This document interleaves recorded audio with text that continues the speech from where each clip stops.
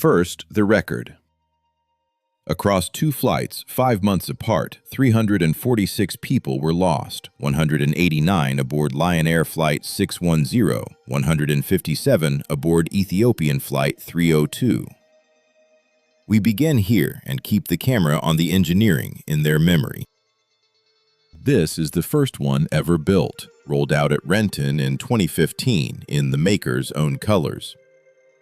They named it Spirit of Renton. At this moment, it is simply a new airplane, and none of what follows has happened yet. The Boeing 737 MAX flew on bigger, higher-mounted engines than the model before it. Those engines could make the nose feel too light as it neared a stall, so Boeing added software to nudge the nose back down. They called it MCAS. Remember that name. This is that engine. It is a good deal larger than the one it replaced, and to give it ground clearance it had to sit further forward and higher on the wing. Nothing about it is defective, it simply changed how the airplane handled near a stall, and the software was written to make the new airplane feel like the old one. To know the angle of the nose, the airplane carries 2 small blades on the fuselage, one on each side, called angle of attack vanes. 2 vanes feeding 2 flight control computers. 2 of everything, the way safe airplanes are built.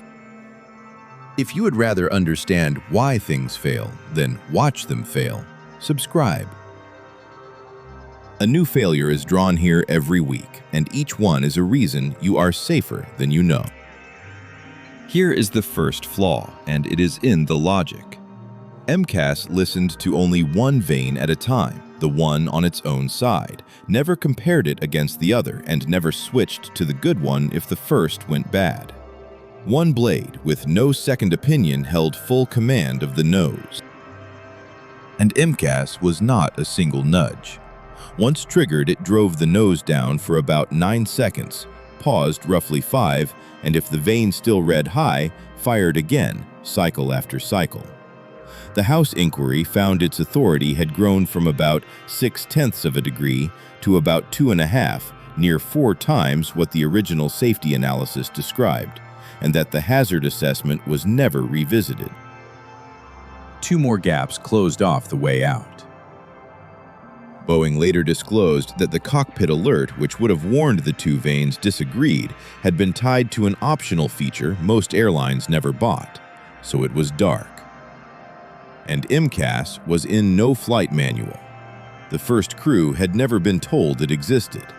After that accident, the failure was described to crews, but the system itself still was not. Now the load path. On both flights, a single vane read the nose far too high, reading about 21 degrees higher than its partner on the first airplane, and about 74 degrees on the second, while its partner read about 15. MCAS believed the false blade and commanded the tail.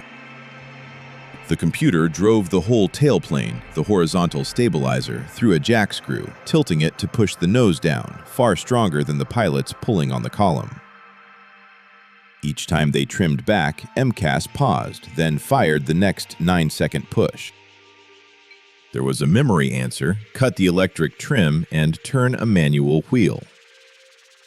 But on the second flight, with the stabilizer already far down and the airplane fast, the load on that tail made the wheel physically too hard to turn. The correct procedure met a wheel that would not move. Here is the line.